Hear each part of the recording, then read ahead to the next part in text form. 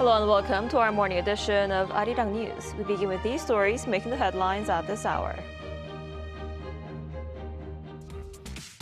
U.S. President Donald Trump says he has called off a planned attack on Iran at the request of Gulf states, as serious negotiations are now taking place. His comments come as Iran has reportedly submitted a revised peace proposal through Pakistani mediators. South Korea's President Lee Jae-myung and Japanese Prime Minister Takaichi are set to meet for a summit today in Andong City, Lee's hometown. The two leaders are expected to discuss regional security cooperation, as well as the economy and social issues. Samsung Electronics and its labor union have resumed talks over pay and bonuses, raising hopes of avoiding a potentially disruptive strike at the tech giant. The second round of government-mediated negotiations that began yesterday comes after the first round collapsed last week. We begin this morning with the latest on the conflict in the Middle East. The United States has halted a planned attack on Iran, citing negotiations toward a peace agreement.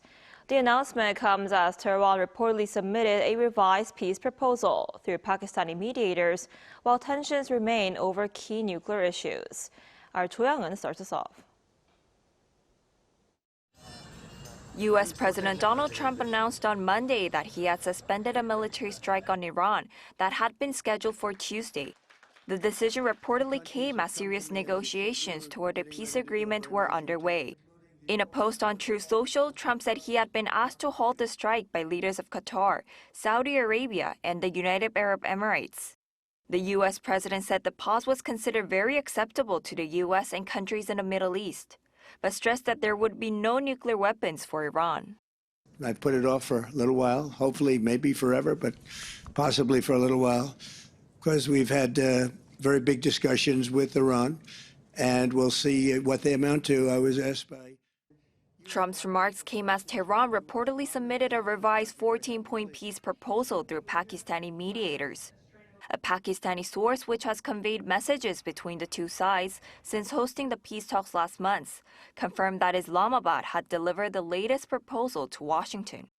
Iranian state media earlier reported that Washington had failed to offer any concrete concessions to Tehran. Therefore, from the very day after we sent our points to the American side via Pakistan, we were faced with a series of proposals from the other side which have been reviewed over the past few days. As was announced yesterday, our own views have in turn been conveyed to the American side. The latest response came after Trump warned Sunday that the clock is ticking for Iran to accept a peace agreement, saying that there won't be anything left of them if Iranian leaders did not get moving fast. Tehran, meanwhile, says its current focus is entirely on reaching an agreement to end the war, adding that detailed discussions on nuclear issues have not yet taken place, leaving it as one of the key sticking points in the negotiations. Cho Young-eun, Arirang News. And the U.S. Treasury Department has issued another 30-day general license allowing energy-vulnerable nations access to Russian oil and petroleum products, currently stranded on tankers after the previous waiver expired on Saturday. U.S. Treasury Secretary Scott Bessent said the extension would provide additional flexibility, adding that Washington will work with affected countries to issue specific licenses as needed and help stabilize the crude oil market.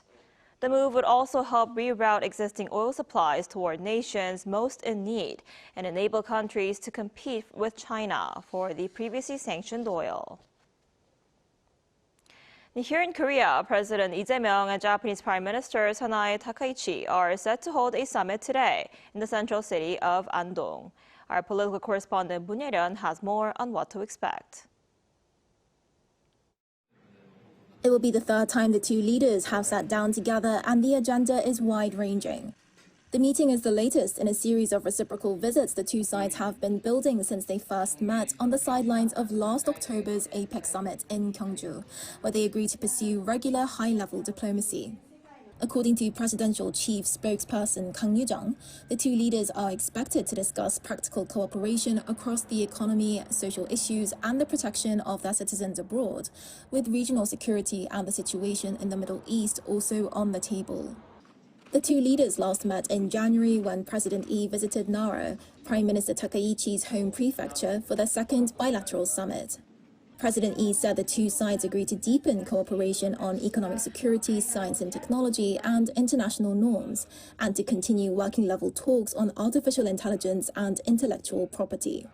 Perhaps most notably, the two leaders addressed a long-standing historical issue, agreeing to pursue DNA identification of the remains of forcibly mobilized Koreans and Japanese who died in the 1942 Jose coal mine flooding in Japan, which President Lee called a small but meaningful step forward. But beyond the agenda, much of the attention surrounding Tuesday's summit is on where it is being held. Andong is President Lee's hometown, and as this marks the first time the leaders of the two countries have exchanged visits to each other's hometowns, the Blue House described it as a meaningful opportunity to deepen the bond of trust between them. For Andong, long regarded as the spiritual heartland of Korean traditional culture, the summit also carries local significance, with residents drawing comparisons to Queen Elizabeth II's visit in 1999, which brought a lasting boost in tourism. Moon-Haeryun, Arirang News.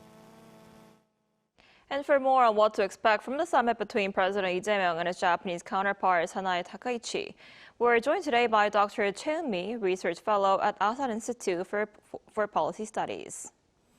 Dr. Choi, thanks for coming on today. Thank you for having me today. So before we get into the details, a lot of attention is on where the summit's being held, as it's taking place in Andong, that's President Lee's hometown, right? What message or significance does that carry? Well, in simple terms, Andong is not just a location at this time, it's a part of the message. As it knows well, the Andong is the President Lee's hometown, so it gives the meeting a personal and symbolic touch. Another important point is reciprocity. President Lee previously visited Nara, Prime Minister Takaichi's political home base. Now Prime Minister Takaichi is visiting Andong, President Lee's hometown. So this can be seen a kind of maybe the hometown-to-hometown diplomacy. So this sends a message that the two leaders are trying to build trust not only through formal diplomacy, but also through more personal and direct communication. And at the same time, the holding the summit outside Seoul also shows the President Lee's emphasis on the regional balance and local symbolic. So it shows the trust building, reciprocity, and a desire to give Korea-Japan relation a warmer and more stable tone. I see. And what might be on the agenda when President Lee meets Takaichi today? What do you think will be their top priority? How do you think today's meeting will play out? Well, at this time also, the agenda will likely include bilateral relations, economic security, regional security, and of course the historical issues. But I think the top priority will be how South Korea and Japan can coordinate in a more uncertain regional environment.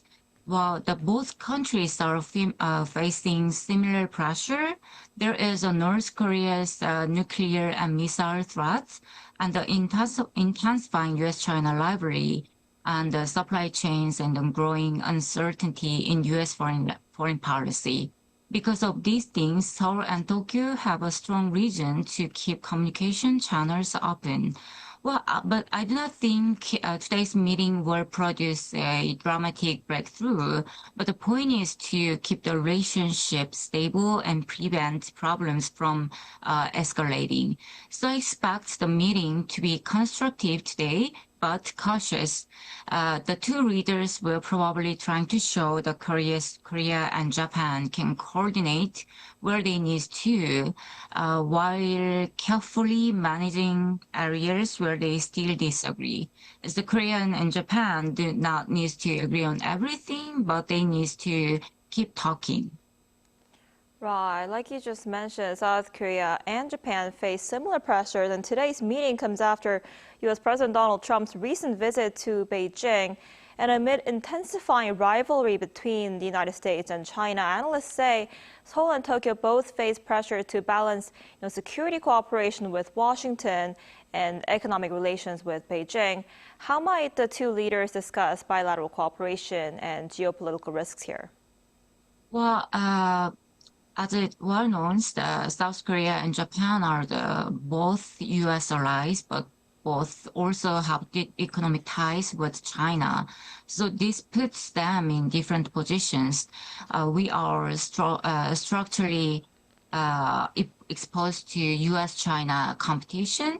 So the two leaders will likely discuss how to cooperate in this area where their interests overlap. This includes the supply chains, semiconductors, and critical minerals, batteries, energy security, and also North Korea.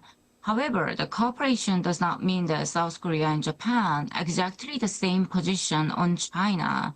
Japan tends to, compared to Korea, Japan tends to see China more directly as a security challenges.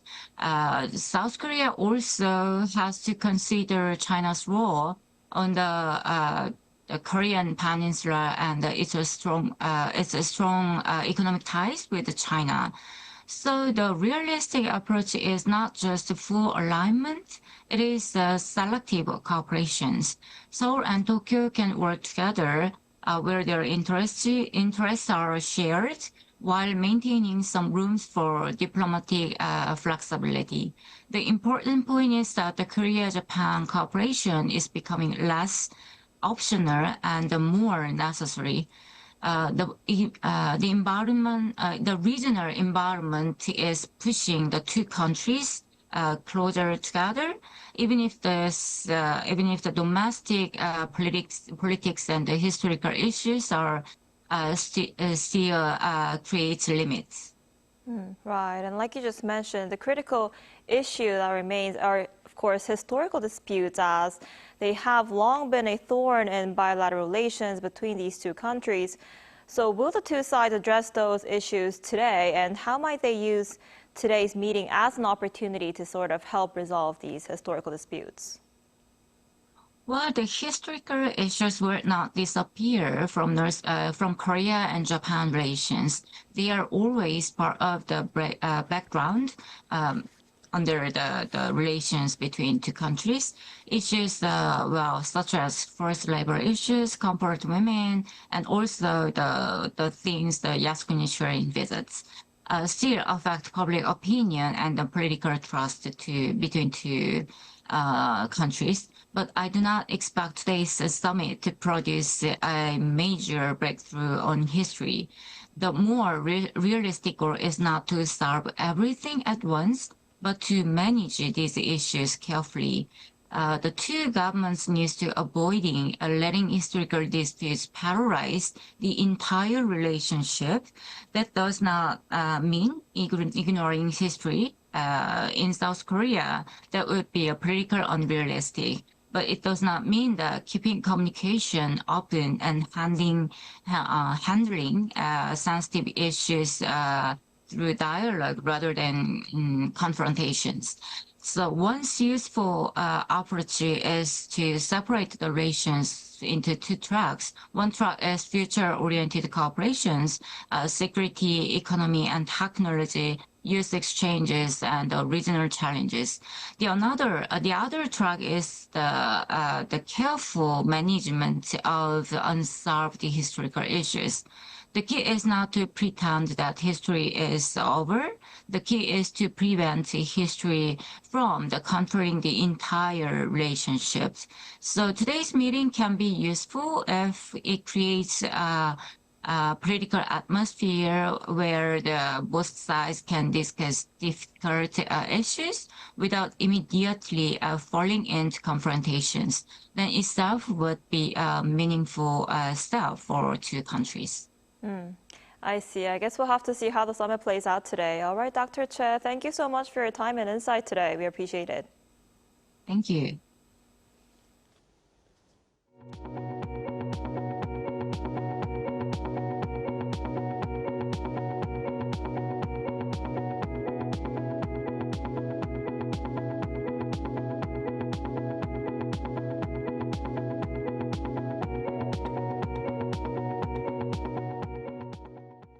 Samsung Electronics and its labor union have just begun further talks over pay and bonuses in a bid to avert the biggest strike in the tech giant's history. This comes amid concerns that a walkout by more than 45,000 workers set to begin on Thursday could hit Korea's economy and disrupt global supply chains. Our Park Jun-an reports.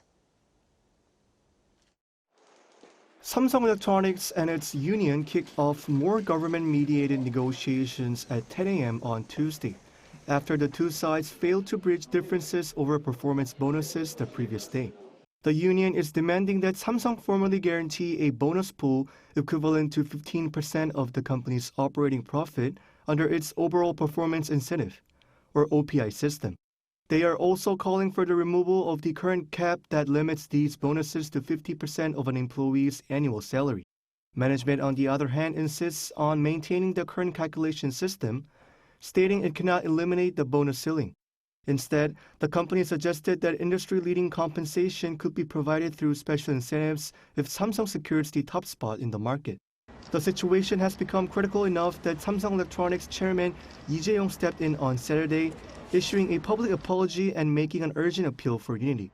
Despite the union's warnings that a walkout could last for up to 18 days, the planned full-scale strike faced a significant setback on Monday. A local court largely accepted Samsung's request for an injunction, ruling that essential staffing levels at key production facilities must be maintained at normal levels during any industrial action. With the strike deadline fast approaching, President Lee Jae-myung shared a message on social media, emphasizing that labor rights must be respected as much as business management rights. He stressed that such a balance is essential under Korea's liberal democratic order and capitalist market economy. Prime Minister Kim Min-seok also stated on Sunday that the government would consider all available measures to protect the national economy. Under current labor laws, the labor minister holds the authority to suspend a strike for up to 30 days if the walkout poses a serious threat to the economy. Park Jun-an, Arirang News. The United States has approved potential military sales to South Korea worth more than $4 billion, including MH-60R naval helicopters and upgrades for Apache attack helicopters. The proposed package includes 24 MH-60R helicopters, sonar, and related equipment in a deal valued at $3 billion, along with a $1.2 billion Apache upgrade program. The State Department said the deals will strengthen South Korea's defense capabilities in coordination with U.S. forces. The sales are part of the foreign military sales program and still require approval from the U.S. Congress before moving forward. South Korea's Culture Ministry announced Monday that it will launch a global festival joint task force with the Korea Tourism Organization to attract more foreign visitors through major local festivals. The ministry said tourism, festival, and marketing experts will work together to develop customized promotional strategies and tourism packages linked to regional events. 10 festivals have been selected as such global festivals, including the Suwon Hwaseong Cultural Festival and the Hwacheon Sancheoneo Ice Festival. The ministry said it will support cooperation between the Joint Task Force and inbound travel agencies to help turn the appeal of global festivals into increased tourism across regional areas.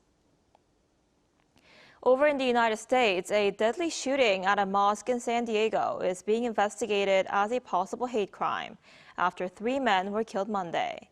Police say 2 teenage suspects were later found dead nearby as authorities continue searching for a motive behind the attack. Our Lee Seung-jae has more. Police in San Diego are investigating a deadly shooting at a mosque in the Claremont area of the city after 3 men were killed and 2 teenage suspects were later found dead nearby.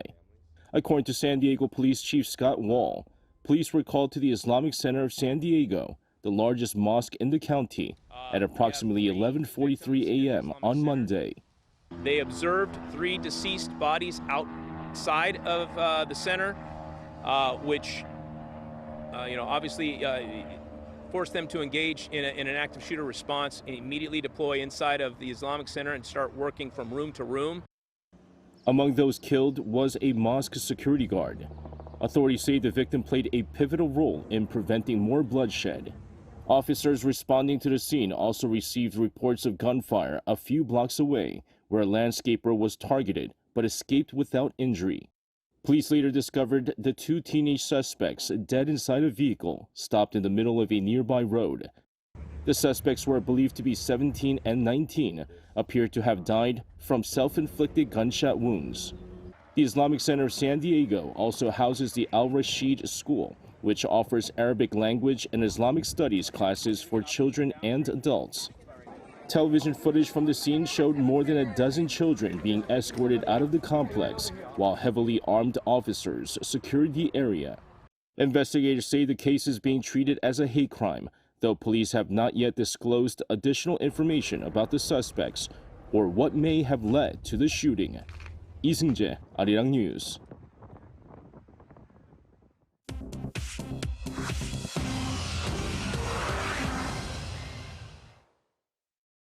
Good morning, I'm Choo Ji-hyun, and this is The World Now. An American doctor has tested positive for Ebola in Eastern Democratic Republic of Congo as the death toll passes 110. Health officials say the outbreak went undetected for 4 weeks because a local laboratory tested samples for the wrong Ebola strain. A large funeral gathering in April is believed to have accelerated the spread before any alarm was raised. In efforts to contain the virus, the World Health Organization is sending experts, and Congo will open 3 new treatment centers in the affected Ituri province. The U.S. has banned entry of foreign nationals who visited Congo, Uganda, or South Sudan in the past 3 weeks. The Africa Centers for Disease Control and Prevention chief said he is in, quote, panic mode due to shortage of medicine and vaccines. The cruise ship at the center of the deadly Hantavirus outbreak docked in Rotterdam on Monday, where the remaining 25 crew members disembarked and went into quarantine. The MV Hondius will be cleaned by a specialized company in a process expected to take up to a week. Dutch health authorities said none of those coming off the ship were showing symptoms, and there was no risk to the city of Rotterdam. 3 people have died in the outbreak, a Dutch couple and a German national whose remains will be cremated in the Netherlands. A jury in California ruled against Elon Musk on Monday in his lawsuit against OpenAI, finding that he waited too long to sue the company. The verdict clears a major obstacle to OpenAI's potential $1 trillion stock market debut. Musk had accused OpenAI and CEO Sam Altman of betraying the company's nonprofit mission by accepting tens of billions of dollars from Microsoft. The jury deliberated for less than 2 hours. Musk said he plans to appeal. Swiss watchmaker Swatch was forced to close stores and put limits on queue lengths over the weekend after the launch of a collaboration with luxury brand Audemars Piguet. Sales of the Royal Pocket watch triggered brawls among shoppers in cities including Milan, New York, London, and Dubai. The watches sell for between $400 and $420, a fraction of what an Audemars Piguet normally commands, leading buyers to immediately resell them online for as much as $25,000 for a full set of 8 watches. Swatch said the chaos had affected around 20 of its 220 stores globally. The launch generated 11 billion social media views.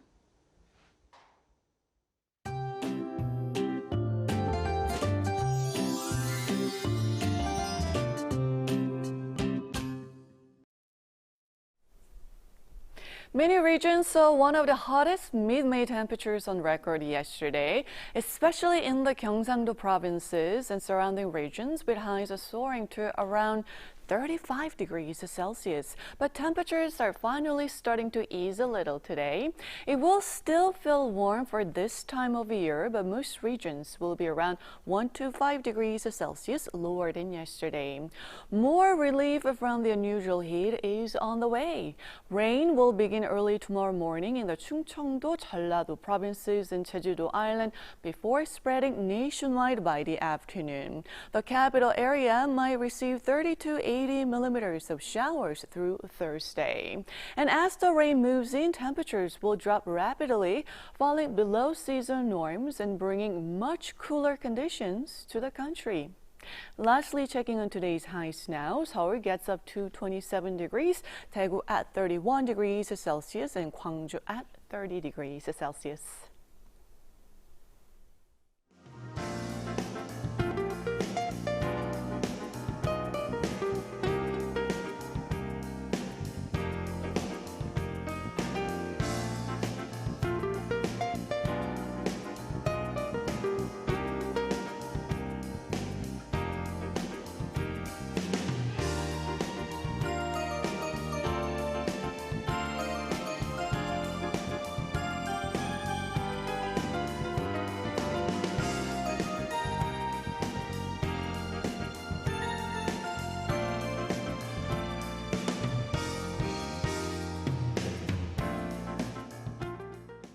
Now that's all we have for this morning. Arirang News will be back at noon Korea time. Thanks for watching.